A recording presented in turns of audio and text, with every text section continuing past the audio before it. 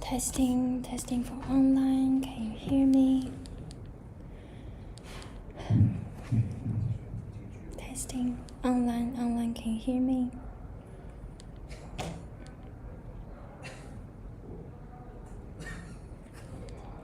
Testing. Scary. Great, thank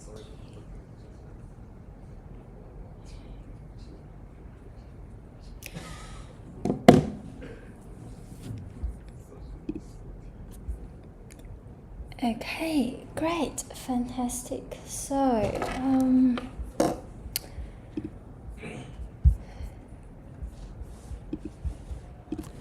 okay. Feel like everyone's busy with their iterations rates. I can tell from the attendance rate, so it's okay. Iterations rate going okay? Yep. Do you plan to try the open-ended features? Yes? No?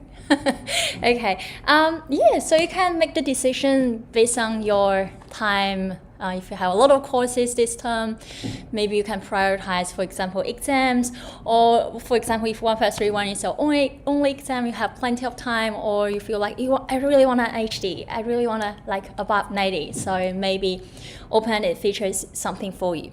Okay, cool, great. So last lecture, we talked about like complexity can be measured. But now the question is how. So there is a very commonly used way of measure complexity is called cyclomatic complexity. So this is a very old way of measuring complexity, but this is still the way that industry are using to measure their complexity. So cyclomatic complexity is a measure of the branching complexity of your functions. So this branching is the same branching as the coverage, the branch coverage. So it's the same branching or branch. So this complexity is computed by counting the number of linearly independent paths through a function. So what does it mean? So let's have a look at some examples. So here's a very basic example. So this is an if-else statement. So we start from like if x is greater than 0, the one path is console log positive.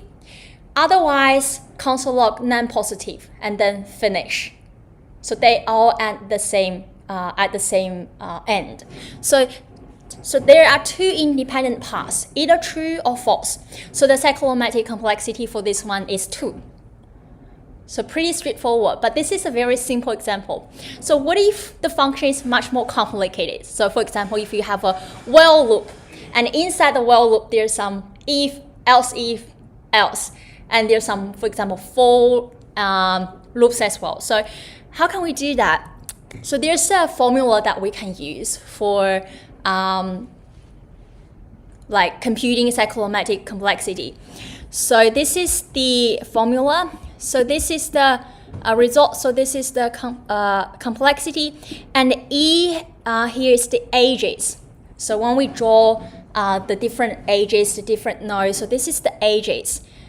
And this is the node and plus 2. So still a little bit like abstract. What does that mean? Like how can I get E and how can I get N, right? So let's have a look at this example again. So this is the if-else function example. So we start from A. So this is where we start. If A is true, we go to B. Otherwise, we go to C. And they all go to D at the end.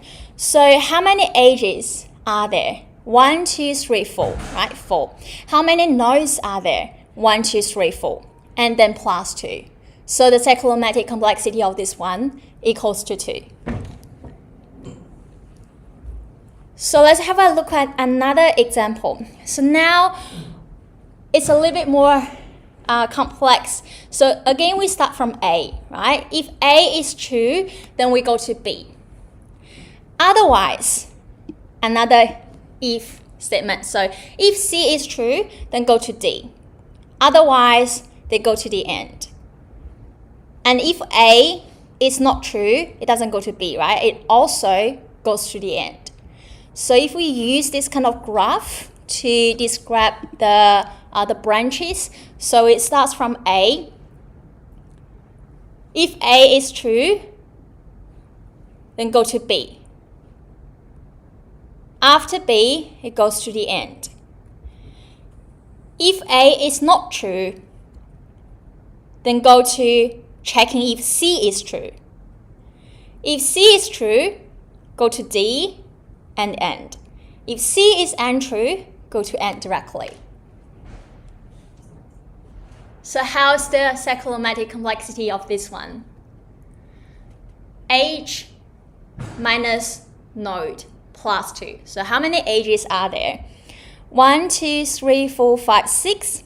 How many nodes are there? 5. So 6 minus 5 plus 2. So that's 3. So this is how we can measure complexity. So we measure complexity by like the branchings. Hello. Yeah, I'll talk again about this one. So we are talking about how we can measure complexity. And we measure complexity by their branches. Okay, so here's another example, which is a while loop. Again, we start from A. If A is true, then go to B, and then go back to checking if A is true. So there's a loop here. If A is untrue, it goes to C directly. So the age number minus node number plus 2 equals to 2. Any questions so far? All good? Let's try this one together. I don't want you to see it like this. So if you have a pen or paper, you can write on, so you can draw on your pen or paper. If you don't have it, you can use, for example, on Teams, there's a whiteboard app. So it's called HIT, whiteboard, or any board that you can use. Or you can just draw on, for example, Word, anything. So I'll do it together with you. Or how many of you want to have a try first before I tell you the answer? Do you want to try? Yeah, have a try first. 2 minutes. And then we'll go through it together. Why? I just want to draw. Okay. Why are you doing that? Okay, cool. Have a look. So for the linear one, so for example, this one, light year equals 1970, we don't need to consider that, right? For cyclomatic complexity, we only consider the branches, the branching complexity. So for this one, we can just ignore it. We do not count those ones.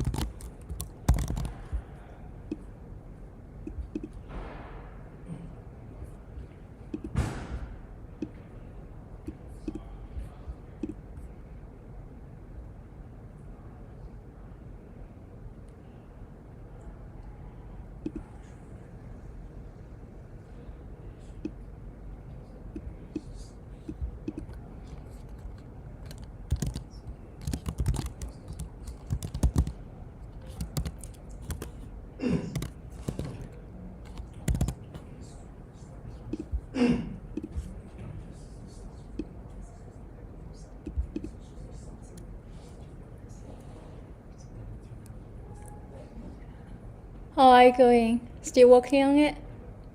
Yep, a bit more time for you.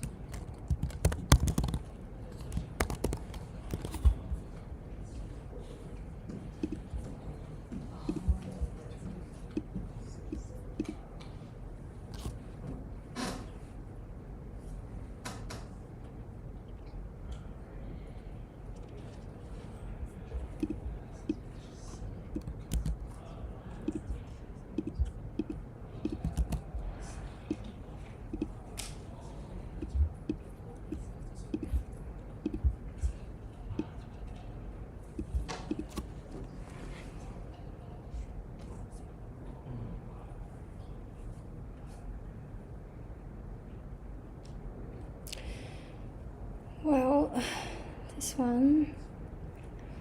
If that's true, then go to here. We also need an AND. So otherwise, you go to the end. And if it's true, it goes to if leap year. And then if that's true, they're going to here. Oh, if that's true, then go to here. And then go here again. And if that's untrue, then else. This is else, and then go back. This is if that's true, then check. This one is true. If that's true, then do this. Otherwise, go back to here. Sorry, my drawing is a little bit messy.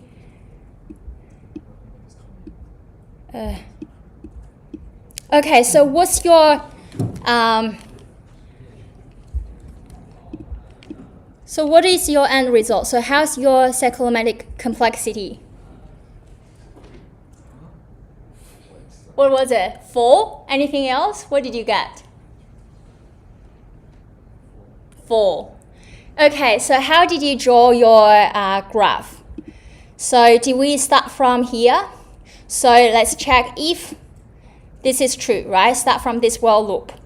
So if that's true, then go to this if statement to check if this is true, right? So if that's true, then we go to this.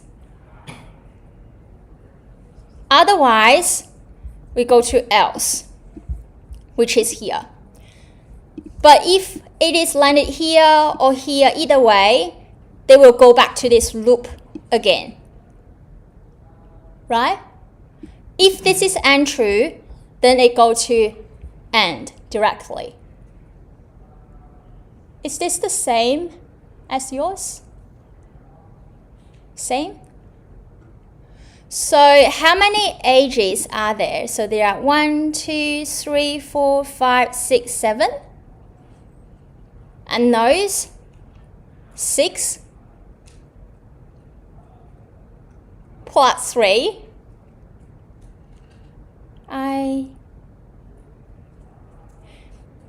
Okay, so how did you get 4? I think mine is not correct. I had something wrong here. What was wrong here?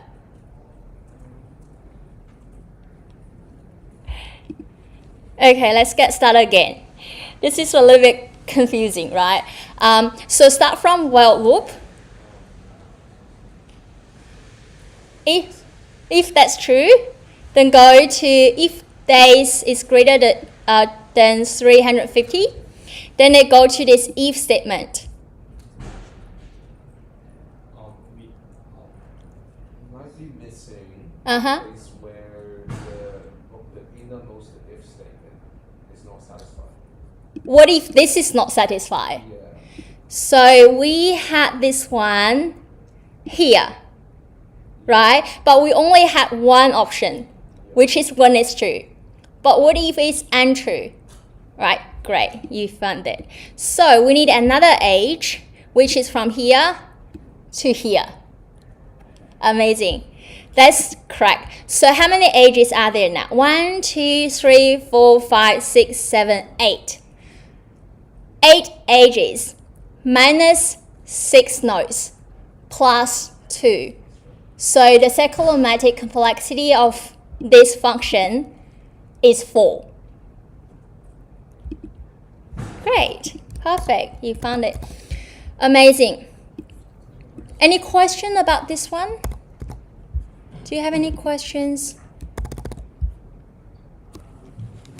Everyone all good? How about online?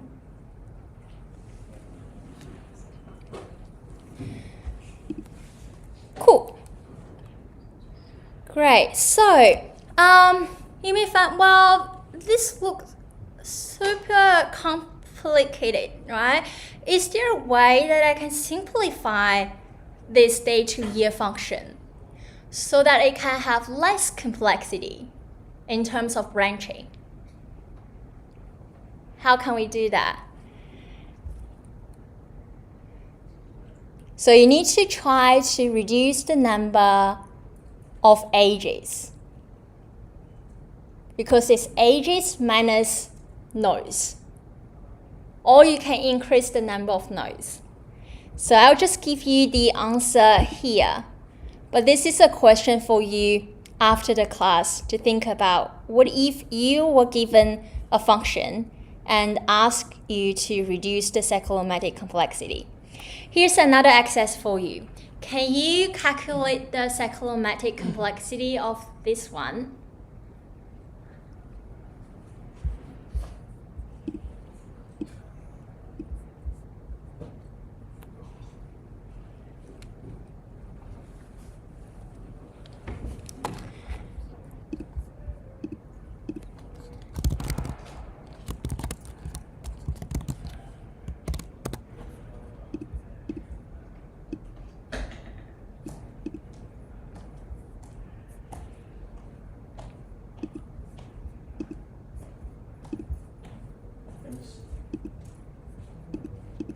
Hello. We are doing some exercise about cyclomatic complexity. Flowcharts? Huh? Flowcharts? No, it's calculating the branching complexity of a function. Interesting. Yeah.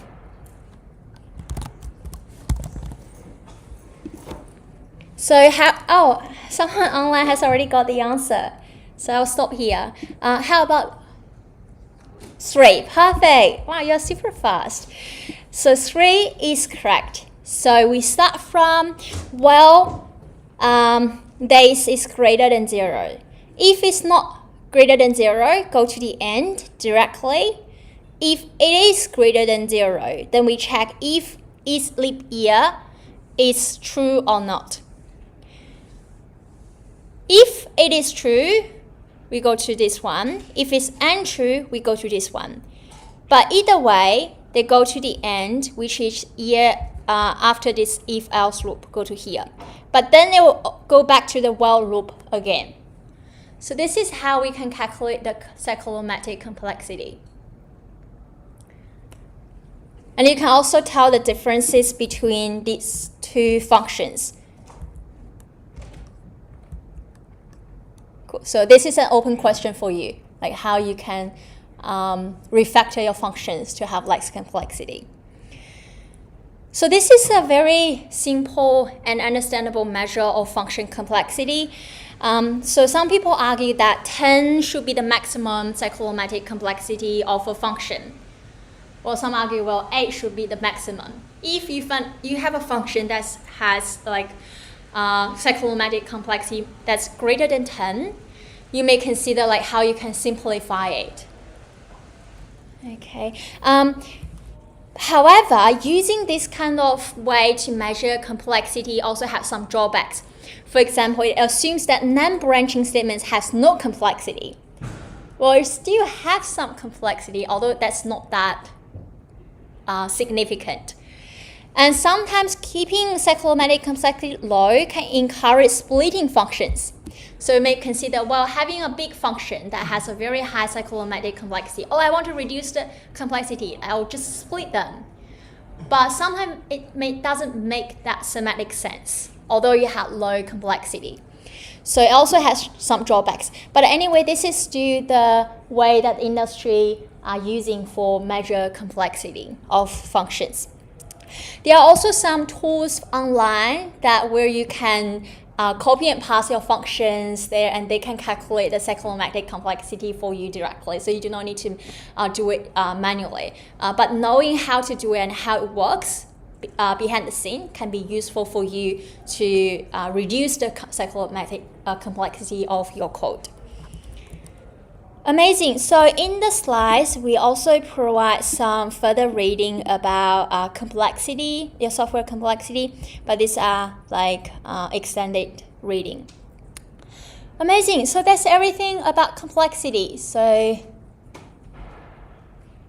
any question about complexity?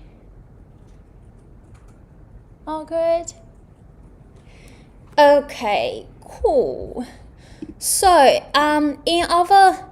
so I was trying to upload the slides for the other lectures, but I think I'm stuck here npm install, making some updates to the course website. Oh, they're already updated. Okay, perfect. So you can now view all the slides here. Amazing. Cool. So I'll just Control-C, terminate that. Anyway, cool. So last week we talked about requirements, and we mentioned that we will talk about how we can write the requirements in an easy, understandable way between all stakeholders. So the most commonly used ways, other than the state diagrams, like the diagrams, there are also other ways to use natural language for communication with stakeholders. The most commonly used two types are called use cases and user stories. So we'll talk about them today. Yeah, so we want the requirement to be very human, like everyone can understand it. But sometimes the flow, the process is complex, so we need ways to model it. So first one is called use cases. So use cases describes how users interact with the system. So for example, a use case can be like as a user, right? You go to the search bar, you put in some keywords, and the system can return some searched results. So how you interact with the system. Or you go to an ATM machine, you put your authenticate yourself, and then you can check how much money is left in your account. And you can also withdraw money from the ATM. Like how you interact with the system. So this is to make sure that developers or people on the development team can communicate properly with the stakeholders and everyone's on the same page. So this is why it is important. So for use cases, it's normally described in a dialogue way between the users and the system. And we consider the system as a black box when we use use cases. It means that people writing the use case or reading the use case does not need to know anything about how the system actually works. So this is not very easy, especially for us software developers, because when we talk about a system, we always want to talk about like how it works, right? So we had a front end, we send a request, or we had something. So it's quite important to keep this in mind. Like we only describe the higher level understanding of the flow, like the dialogue, and we consider the system as a black box only. So the user initiated action, the system respond with some reaction, that's it. That's it. So very high level description. And there are two ways that you can use use cases. The first way is like written informal list of steps. So what user did, what kind of action triggered, what system reacts. So a list of the steps. And there's also diagrammatic, so it's a visual way. So you can use some, so I'll show you some examples. So let's have a look at the first one, the written way. In natural language, written way. So it's normally described as the system shall or the system should. And for the written use cases, there are also different formats. So if you look at different books of software engineering or you look at different software companies, you may notice that they have different styles of writing use cases as well. So I'll show you some examples. So when in the future you see some use cases, you're not too surprised to see, well, this is different from what I saw before, because there are different styles or versions people write use cases. So this is the first style. It's written as the system shall or the system should. So for example, the system shall lock the door when commanded by pressing a dedicated button. So when the user presses a dedicated button, the system locks the door. But this is written in the way of system shall and triggered by something. So this is one style. Another example is the system shall maintain a history of log of all attempted access for later review. Still written in the way of system shall. Other example, System should allow filling inquiries about suspicious access. This function should be available over the web. Cool. So this is your question. Isn't that like an environment? Because it doesn't specify what suspicious means. It doesn't specify what suspicious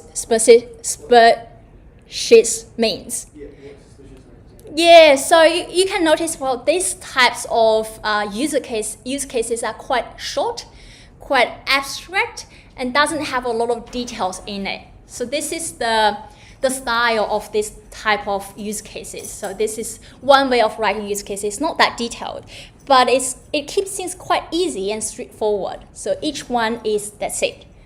But the drawback is there's not enough detail in it.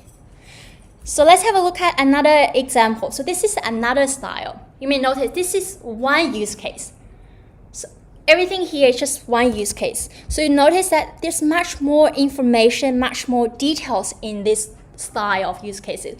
So it starts with the name of this use case. For example, this is their use case 1. Its name is called put an item for auction.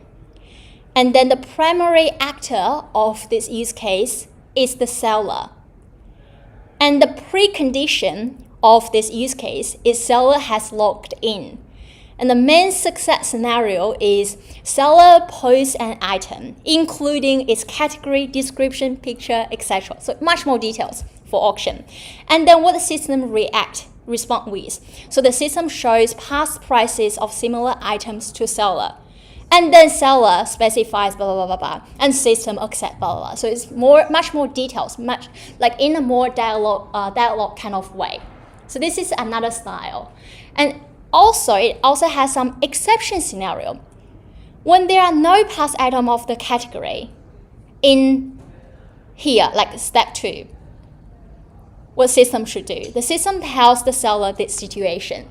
So there are some exception scenarios described in this type of use cases as well. So much more detailed. So it has its pros, like it's very specific, very clear, like how the dialogue looks like, but it also has some drawbacks because you need to spend a lot of time figuring out those details. So there are some pros and cons of different styles. For this style, let's have a look at some other examples. So this is another use case called use case number 2. So you can notice for this style, a lot of details information, like including their number, their name, primary actor, precondition, main success scenario, and exception scenarios. So this is, so in this type of use case, you need to identify who are the actors involved and what are the goals. Like this is, the goal is to like make a bid, right? For the buyers to make a bid.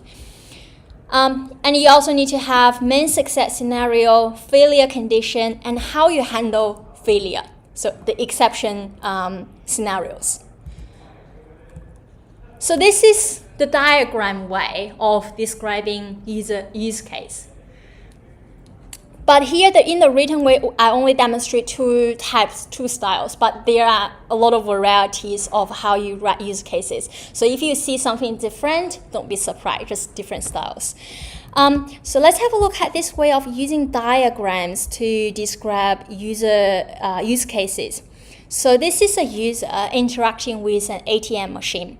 So the ATM machine asks the user to enter your PIN, then user typing in PIN number, and then they send to ask the server to verify their account. And the server says, well, verified, validate, the balance is $100. And then the ATM machine go back to the user and ask, how may I help you? And the user said, withdraw. And take your cash, and then telling the server that this user withdraw $60. Yeah, so in a dialogue way. So it doesn't matter like which style or which format of use cases, but they all describe the requirement in a dialogue way, like how the user interact with the system.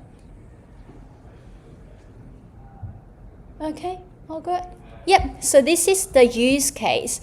Okay, so one more style about use case. There are also people write use cases in a list of steps. For example, here, the same scenario, the same case in a written format. Step 1, ATM ask. Step 2, customer enter. Step 3, ATM ask. Bank informs ATM. So another way. So now we have seen 4 styles already of use case. Any question about use case? So use case is used to describe the requirements for communication or discussion between all stakeholders and developing team. So you can see all of them, like no matter which style it is written in, it's very easy to understand. You do not need to have any technical background, and everyone can on the same page, and easy to negotiate. All good about use case? So what do you think about use case?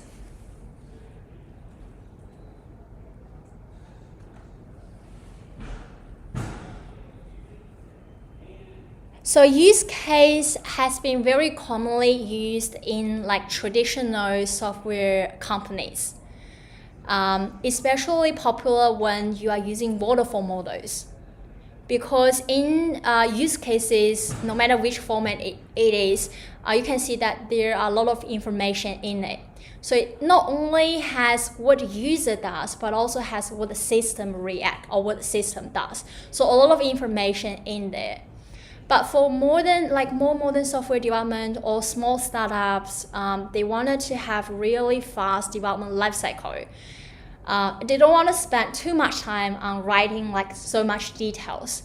What they want is they want to really understand what the user needs or what kind of challenges the users are facing, and they are solving the user's problem like very quickly. So in more agile development life cycles, user stories are more commonly used. You will notice that they are much shorter. It's stand on the point of the users. Like it only focuses on what the user wants, what the user needs. That's it. So they are focusing on solving the user's problem rather than also talking about what the system does.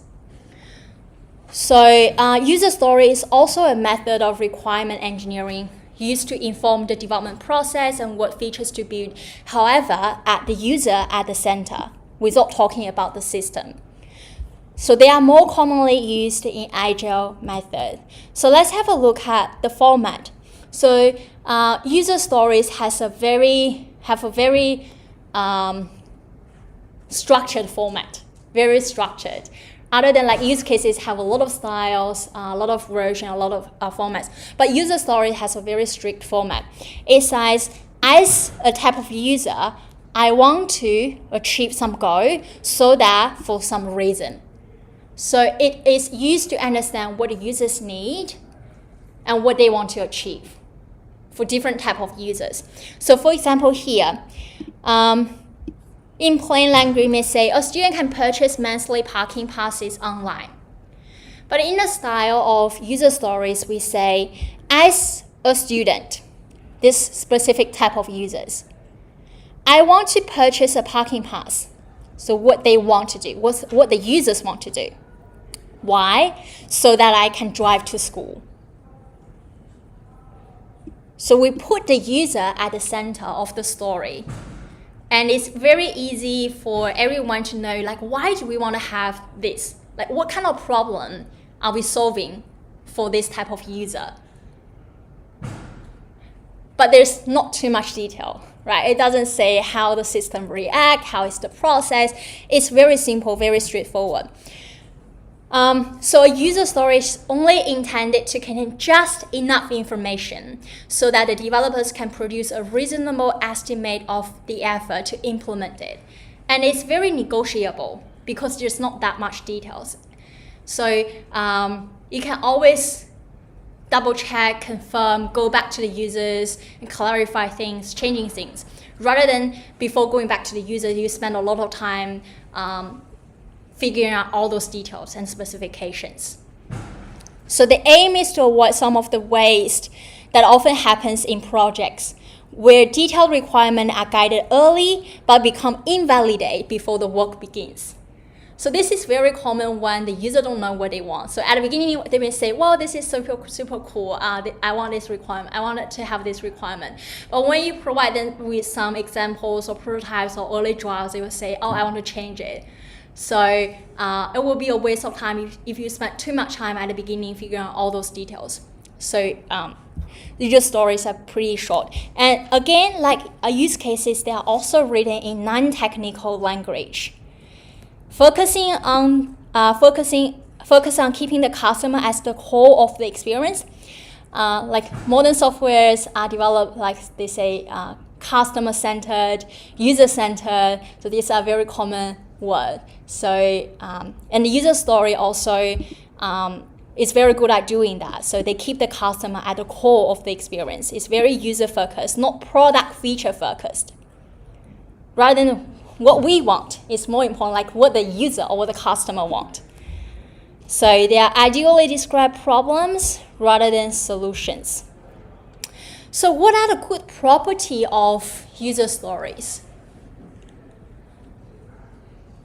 Here are some used when you want to make sure that you have good user stories or you are providing feedback to other people's user stories. So the first one is called independent. Why do we want user stories to be independent? This is because in the agile process, they normally split out the work into sprint. For example, what I want to do this week. And for this week, I just pick a user story. So this is the user story that I want to focus on this week or this group of people. So they wanted to make it independent rather than, well, this group is working on this user story, the other group is working on the other user story, and they have a lot of dependencies. So we try to make it independent because that's how we use for like the sprint. So this sprint, for this group, they are focusing on this user story. And we also wanted to make it negotiable. We don't want it to have too much details because we want the turnaround to be quick. Like this week, I'm finishing it, that's it. And then I'll go back to the stakeholders to collect feedback. Anything you want to change? Okay. Right, so we want to avoid too much details to overcomplicate things and waste time before we actually start to collect feedback from the stakeholders. Valuable. This is another very important criteria for user stories. So user stories must hold some value to the client. If what we are doing, or if this user story has nothing to do to provide value to the user, so why are we doing that? Right. So anything we do, any user story we have, it should have some value to the client or the end users. Estimatable. Why? Because you wanted to make sure, I'll talk a little more about that, but for this one, we want to make sure, this user story can be finished in a sprint or 2 sprints or by 1 group of people or 2 group of people. So this is what we use in Agile. And also it needs to be small. Maybe you want to have 2 user stories for 1 sprint. Or if you make it too big, like it may take about 1 month rather than 1 sprint, which is 1 or 2 weeks. And also needs to be testable, making sure that you know when it's done and done in a good quality. So let's have a look at this activity.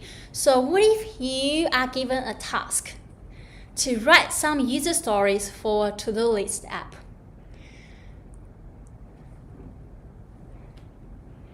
For online, you can put in the chat and we can have a look together so we can provide feedback to each other as well. Because we don't have any assignments for the requirement engineering part. So we only do it during the lectures. So you can practice, we can provide feedback, so you know you are prepared. You know what's going on. So, okay. Anyone want to get started with the first one? So first of all, you need to identify the users.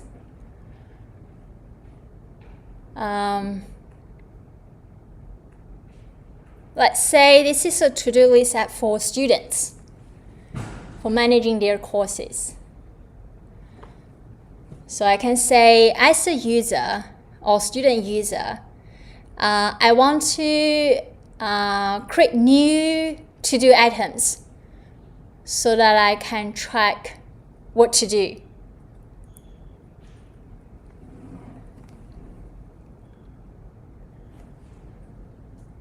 There's a question online. What's the who and why for the user story? So the structure of a user story is, as a type of user, I want to do something like a goal, so that for some reason. So that's the structure. Anyone want to have a try so that we can provide feedback? I'll do another one. So as a student user, I want to be able to mark a to-do item as complete so that I know my progress. Yeah. Let's say, as a user, I want to have multiple to-do lists. I want to have 2 lists, maybe. Some arbitrary amount of lists. Yeah. Cool. So as a student user, I want to have multiple groups of to-do list so that, yeah, remember the structure. You need to have so that I can group my to-do items. For example, based on courses, based on semesters. We got one from online. As a student, I want to see the requirements for all the courses I plan on taking so I can see what I'm required to achieve prior to each term. Great, so this is a perfect one, like following the structure clearly. Good. Anything else you want to try? Yes, like as a student, I want to order my to-do list from most important to least important so that I can manage my time. Great. So as a student, I want to prioritize my to-do items so that I can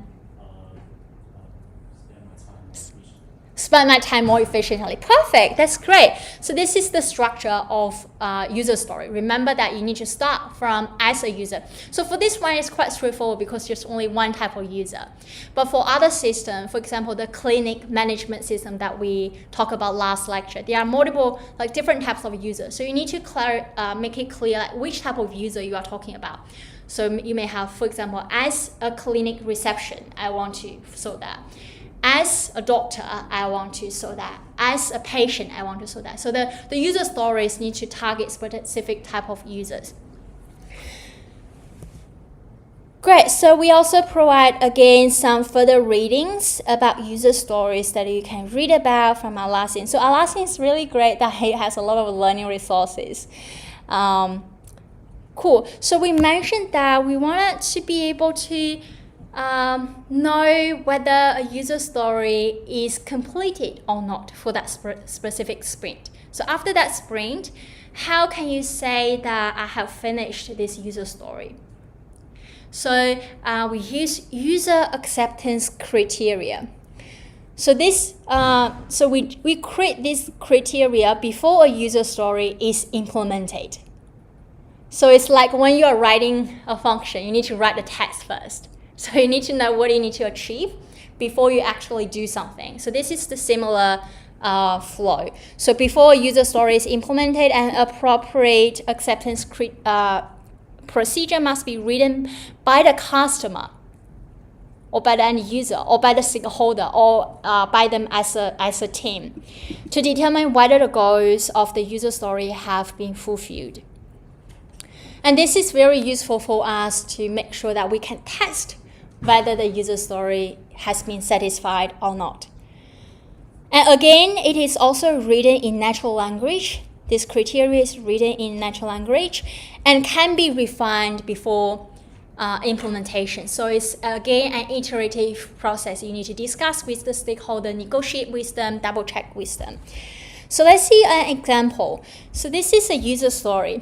So as a user, I want to use a search field to type a city, name, or street so that I can find matching hotel options.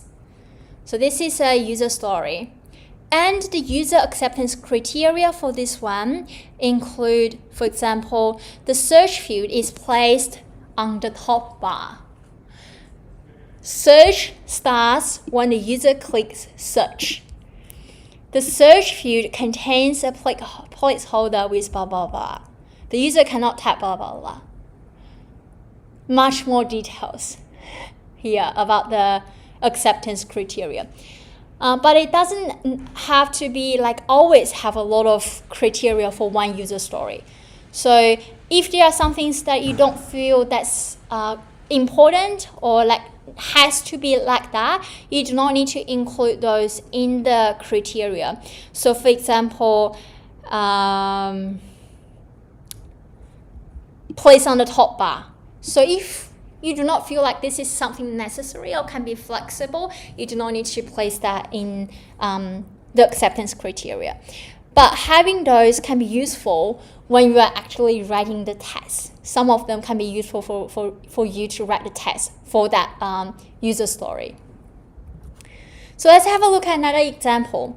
As a user, I can log in through a social media account because I always forget my password. Social media account. So this is not that clear. So you wanted to know which social media account from like Google or Facebook, LinkedIn or Twitter, which one do you want, does the user or the customers want to use for logging in? And the user acceptance criteria here include can log in through Facebook, LinkedIn or Twitter. And other ones they didn't put here, it means that it's out of scope. The user doesn't care or they don't want to use it. These are all the ones that you need to make sure that you have when you are writing that user story or you implement that user story. So here are some criteria about good user acceptance criteria. So when you are given a user story, you are writing the acceptance criteria, which dimension or what do you need to pay attention to. So first of all, it shouldn't be too broad, but not to be too narrow. So it's, at the beginning, you may find it a little bit hard to make sure that you like the proper, it's not too broad, not too narrow. But when you look at more and more, you will you'll have a better idea. And minimize technical details. It can be a bit more technical. So for example, this one, it has disappeared, like how does it actually work? So a little bit more technical than the user stories, but it still needs to be understandable by all stakeholders because user acceptance criteria is also to be used for communication within the stakeholders.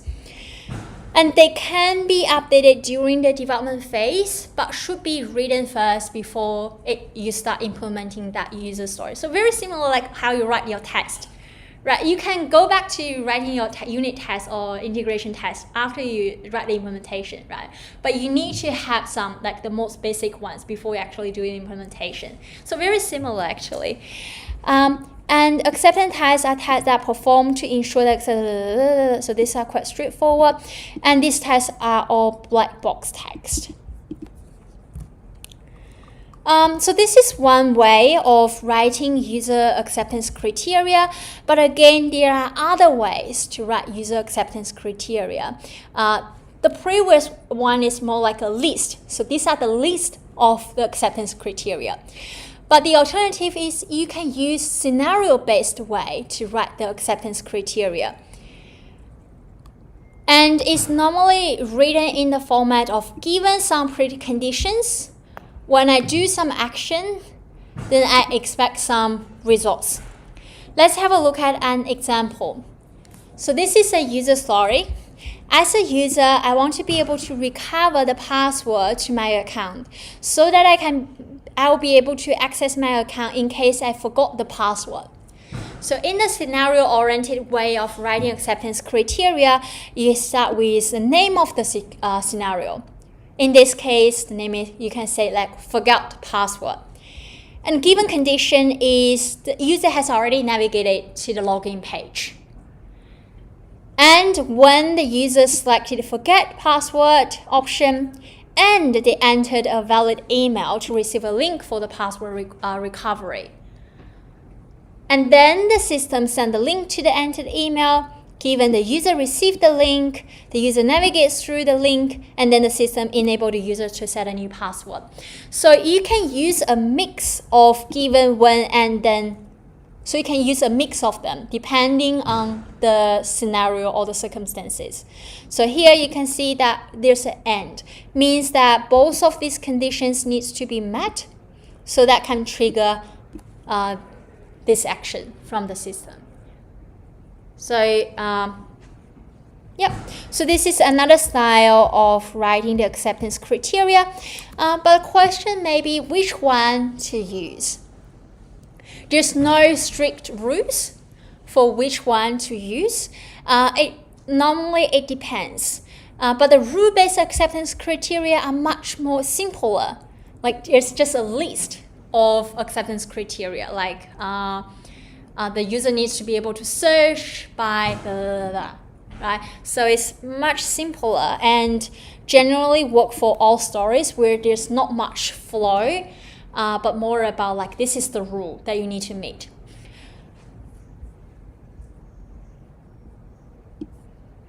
But scenario-based acceptance criteria are more likely to be implemented as tests because the structure, the flow, the logic is very clear. For example, the and, when, and then, they are very clear. The logic is clear. Again, we provide you with some further reading, but this is extended content. Amazing. Since it's already 3 p.m., I can see that you are pretty tired. Let's have a break. Come back at 3:05.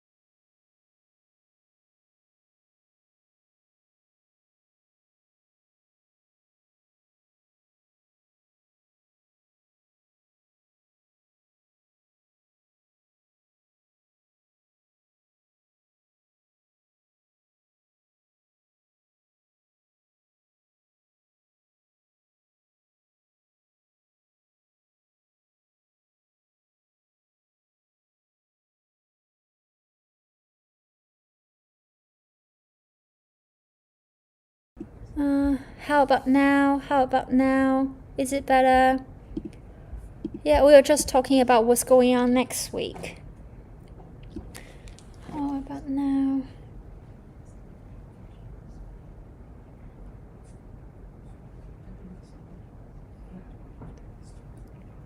Okay.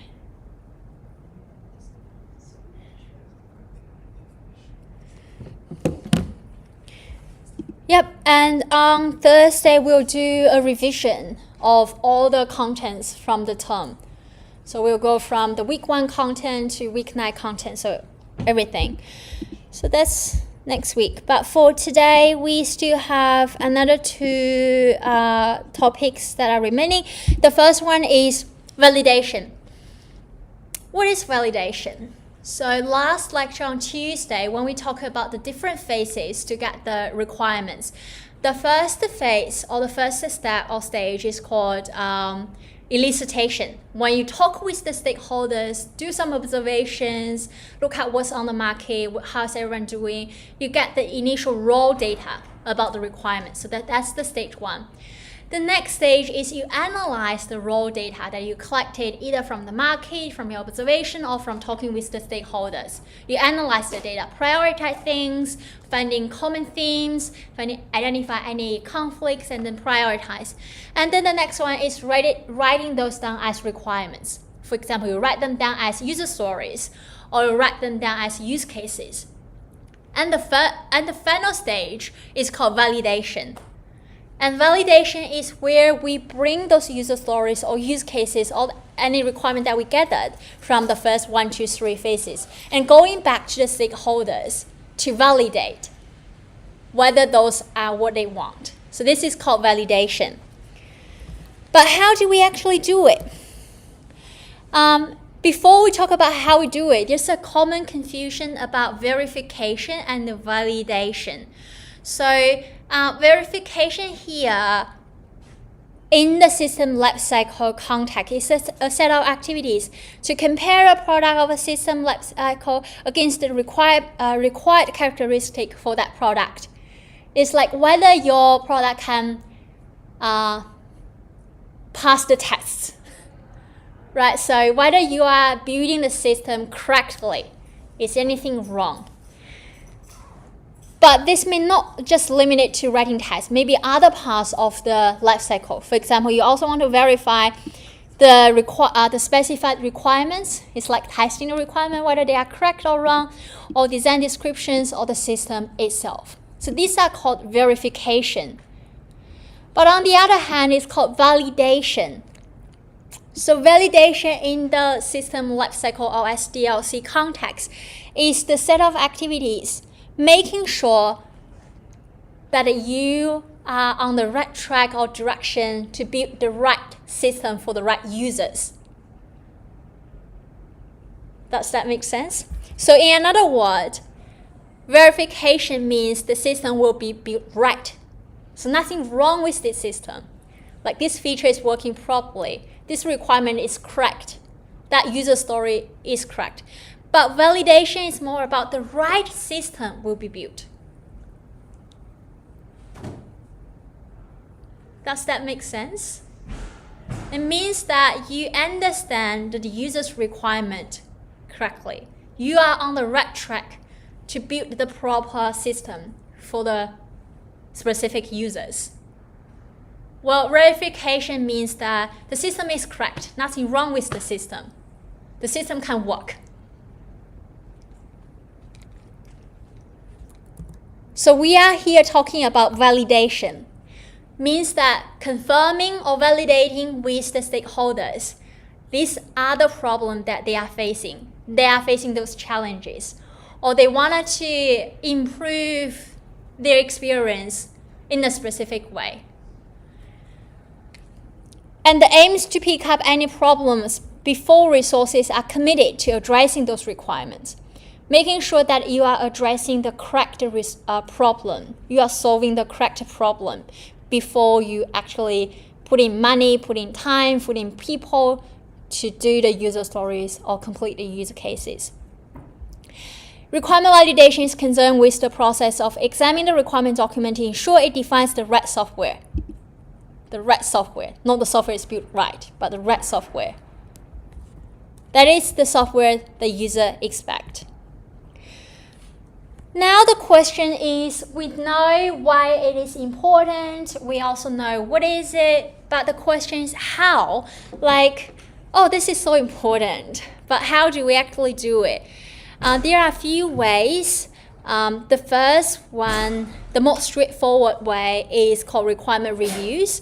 It means that you bring your user stories or your use cases to the stakeholders and ask them to do reviews on them. So they say, well, yes, I confirm. This is what I need. This solves my problem. Or this is my problem. So this is called requirement reviews. However, although this is quite straightforward, it has its drawbacks. It is because when the user saw your requirements, your user stories, they don't really know whether this is what actually they want. So reading the text doesn't make them, in some cases, doesn't confirm whether this is what they need. So prototyping is much more commonly used nowadays, especially in Agile, because it's pretty fast. So you can write a prototype for your user stories and show this prototype to your stakeholders or ask them to use this prototype. So do you know what is a prototype? Yeah. So prototype means a software product or something that you can show the stakeholders how it looks like. But it doesn't have to be complete. It doesn't have to be perfect. It also doesn't have to be working. So prototype also have different levels of completeness. So for the low fidelity prototype, it may be just a few drawings on the paper. So you draw, well, this is your login page. And this is where the bar is. So I have a button for that. So I have a recovery, like password recovery. So you just draw on the paper. Or you can use slides to have this is called low fidelity prototype. So very early, you do not need to spend too much time on it, and you can get feedback very fast. Rather than you implement that and go back to the user and they say, well, this is not what I want. So very quick. So this is called low fidelity prototype. You can add more details to it. For example, you can add color to it. You can add, for example, if they pretend they click on this button, what's the next phase during the flow? You can show them. And when they put something wrong, what happens? And there are some tools that you can use for prototyping that you do not need to code anything. So no coding at all. So for example, Figma. So Figma is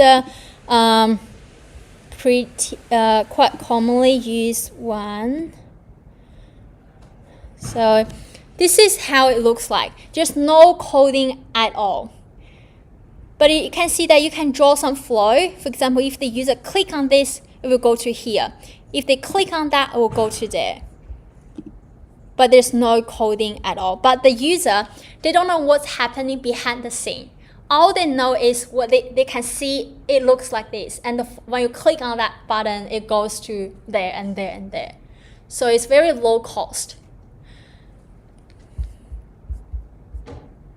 So when we are developing a new system, for example, for our research, for thesis, before they actually implement anything, we always ask the research assistant or developer to have a prototype first. So this is very commonly used. So this is one popular way for validating. The other one is called acceptance test. So what is acceptance test? Acceptance test is more of a formal testing, but this is with respect to the user needs. So different from the unit testing or integration test you do for your projects. It's used to again determine whether or not the system satisfies the acceptance criteria and enable the user or customer to do some specific things, like whether or not they accept the system. So this is more like for high fidelity prototype, when you have like actually working system, although that's not that perfect yet, you go back to the user and ask them to use your system, and you observe them using it and collect feedback after they use the system. Sometimes you may put them in stress testing. Put the user in stress testing means that whether you want to know whether the system is easy to use, it's not that complicated. So this is called user acceptance testing, to ask them to use the system. Great, so that's everything about validation. Any question about validation? All good. I think some key takeaway from use cases and user stories that you need to know how to write user stories, like the structure that you need to follow to write user stories. Other thing that you need to know is for use cases and user stories, they should be easily understandable by all stakeholders. There are multiple ways to write a use case.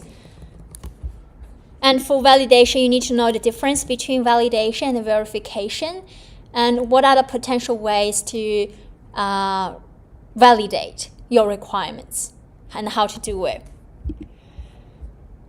Okay, so can anyone remind me of the stages or phases in software development life cycles? What are they?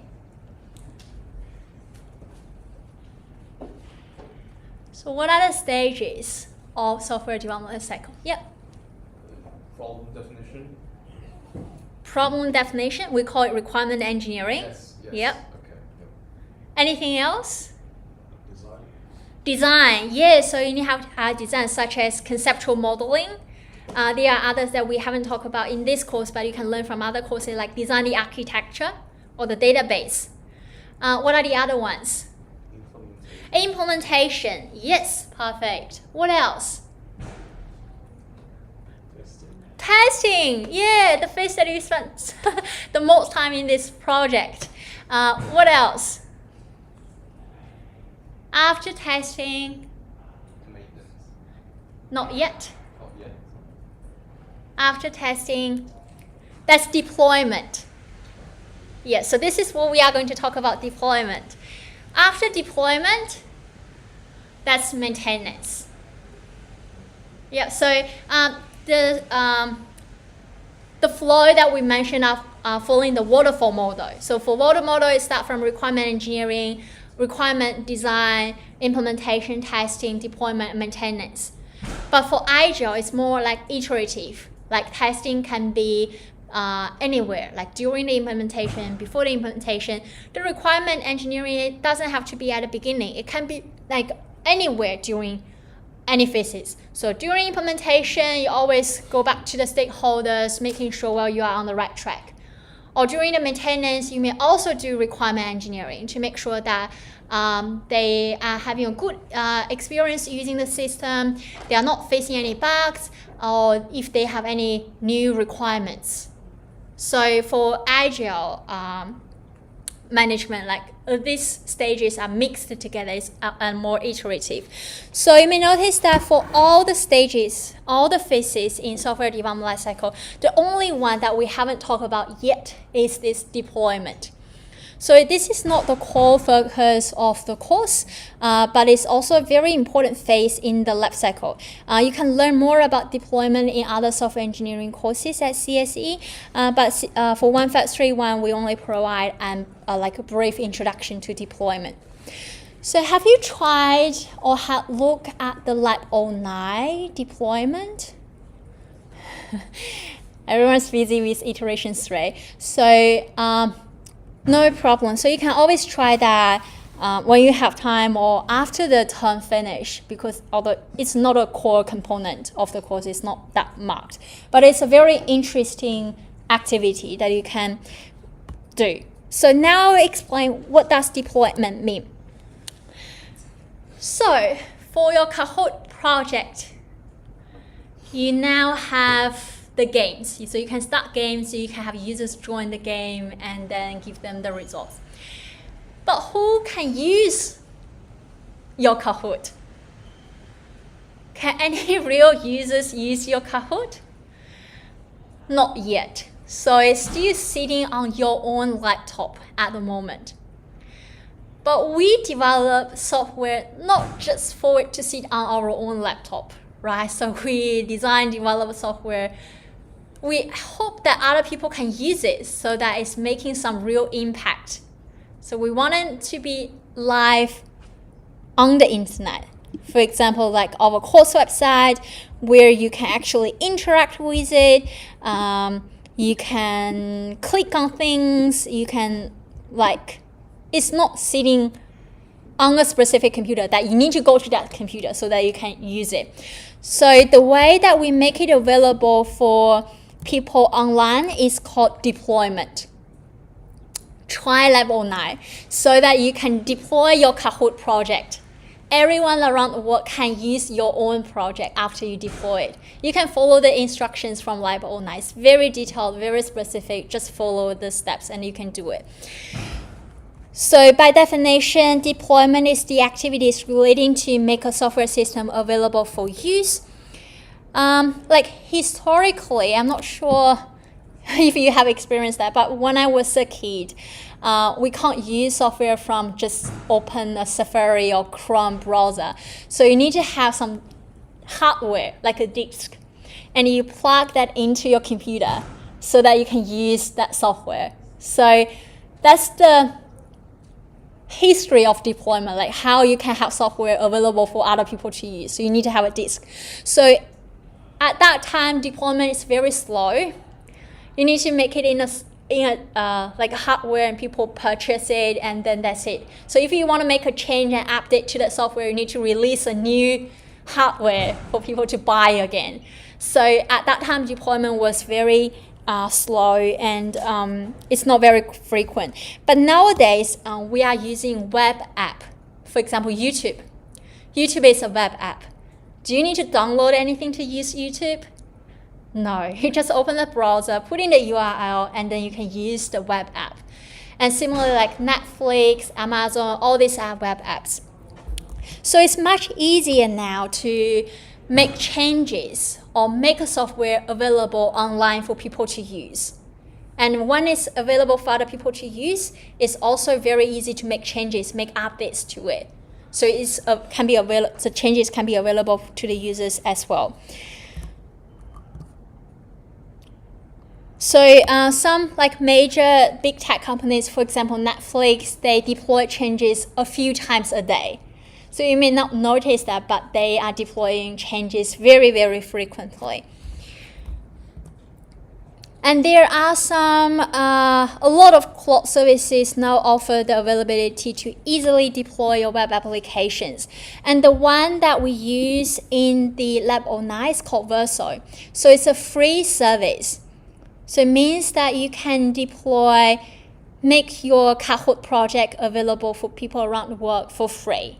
And if you have an URL for your Kahoot web app, and then you can send to your friends, your families, and they can try your product. And for example, you may have an interview, like tech interview in the future. You can just send them the link to your Kahoot project, and they can play with it. I'll just show you a very interesting example. So this is a very simple deployment that I did this morning. So I deployed it at CSE server. I said, hello world, COMP1531 25 times 3. And you can try this URL, and then everyone can have access to it. So it's called cgi.csc.unsw.edu/Z5030786. So this is deployment. Means that you have something that doesn't just sit on your own laptop. Everyone can just access to it using your URL. Cool. You can actually try it yourself as well. All you need is your ZID. You can find instructions from CSE's Taggy, how you can host a website on CSE server. Yeah, but it can't have like web app. It can only be like HTML, like simple website, but it's quite interesting to try. But if you want to have a web app like your Kahoot project, also is a better choice. Cool. So before we talk more about deployment, this is a quick recap about continuous integration. For short, it's CI or pipeline. Do you remember what is that? You have been using it every day, right? Yeah. So it's the practice of automating the integration of code changes from multiple contributors into a single software project. So this is in the implementation or testing phase. Like you are automating the process or making it like faster. Like you can put in your code, merging your code, or pushing your code more frequently. So how about deployment? Can we do something similar about the development as well? So while you are on GitLab, you may notice that next to CI is CD. Have you ever wondered what's that CD? Yeah. So not only we want to have a rapid implementation or testing cycle, we also want to have rapid deployment cycle. Like when things are ready, we want it to be used by the end users. Right? So that's the end goal. Like we are doing a lot of testing, we are doing a lot of implementation, but the end goal is to deliver it to the end user so that they can use. So that's the ultimate goal. So we also want to have a rapid deployment. And modern deployments is not just as simple as pushing code. So we want to have another part of the pipeline which can do the deployment. And this is called the CD pipeline. So it's called the continuous delivery. So similar as your CI pipeline, you also can define your CD pipeline. Like when the CI pipeline is passed, you want it to be deployed to the end user, right? So you want to have a review, staging, and production. Blast off. So by definition, continuous delivery, it allows accepted code changes to be deployed to customers quickly and sustainably. So similar as the CI pipeline, it automates the release process, such that releases can be done in a button push. So it's like when for the CI pipeline, you merge or you push to that specific branch, it triggers the pipeline, right? But for CD, it's similar. Given an action or trigger, it starts the automation of the release process. But for continuous delivery, we still want to have a human approval process because you are sending something to the users, right? You wanted to make sure that it works properly. So there's still a human sign-off process, like you need to press a approve button.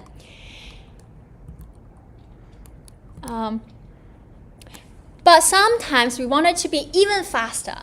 So I want, if all the tests passed, everything works, I want it to go to the users directly. This is called continuous deployment.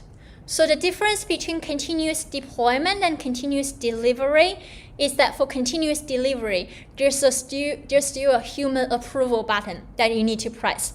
But for continuous deployment, as long as all the tests passed, it will be shipped to the end user directly. So which one to use? It depends on the software. So for some software, for example, it's about like very security heavy, or it's about self-driving car.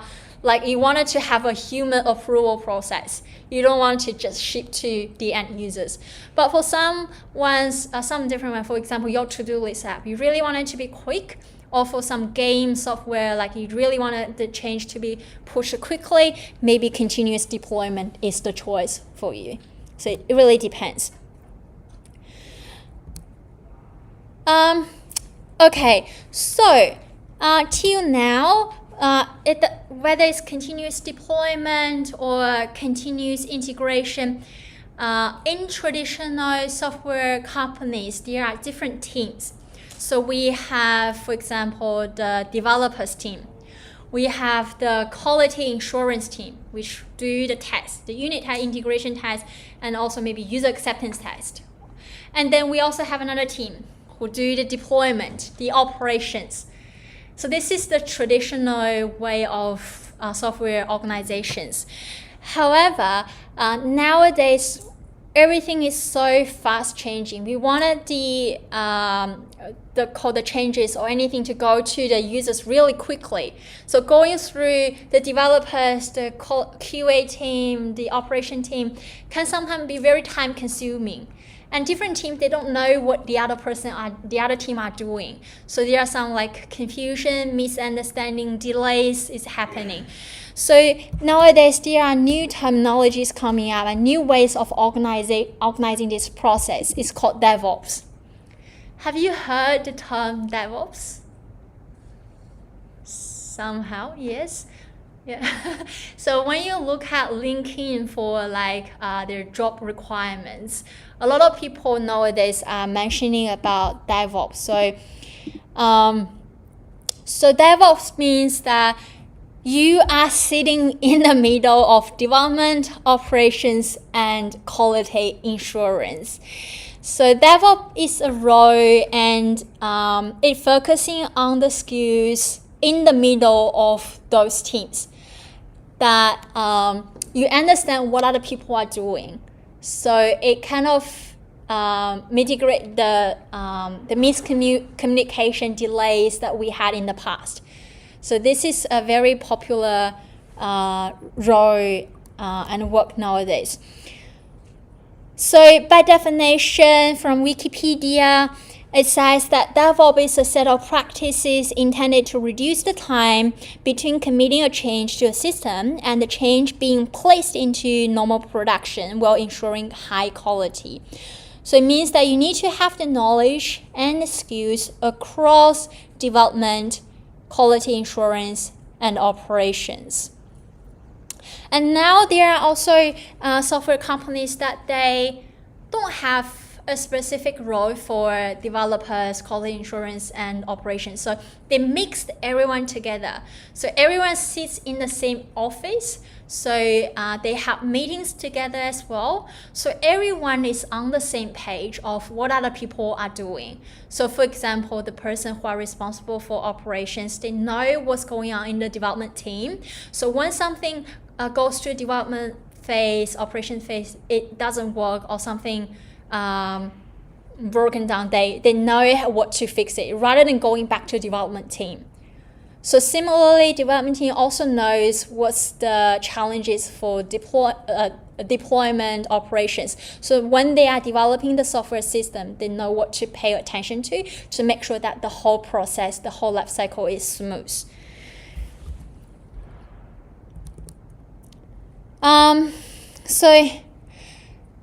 Actually, we have already talked about that before. So after deployment, we go to the maintenance phase. So when the changes or the new software are delivered to the users, we need to make sure that it works. It works not just today, but also tomorrow, the day after tomorrow, 1 week later, 1 month later, 1 year later. So it keeps working. So we need to maintain the software.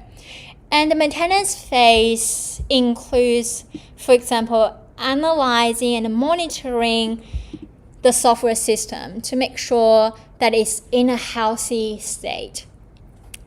You may want to monitor the user's experience. A lot of the software or system like YouTube, they have the feedback. So there's a button or bubble somewhere called like user feedback. So you can always provide feedback to the team. And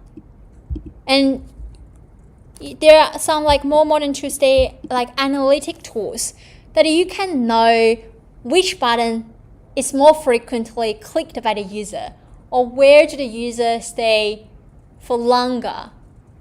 So you may know, well, is this confusing for them to figure out next steps? Or is it because they really enjoy on this page or this tab, or what is it? So you can use some analytic tools to monitor the users' behavior using your software system. So you can make informed decisions about how to make it better, how to fix the problem, how to make the users' experience better. Here are some further reading for you about continuous delivery and continuous integration. Any question about deployment? It's very high-level introduction, I feel like. We don't go very deep into deployment in COMP1531. But you can get some practical exercise using Lab 09 to understand more about deployment. But for the conceptual or theoretical content, it's very high level in 1531. All good? Any questions? No? So that's everything for today's lecture, and also all the content for COMP1531 this term as well. So we've now wrapped up all the new concepts, new knowledge in 1531 already. Yay! Congratulations! Yay! Cool, amazing. If no other question, that's all for today. A little bit more time for you to go back to your iteration thread. Bye bye online. Thank you so much.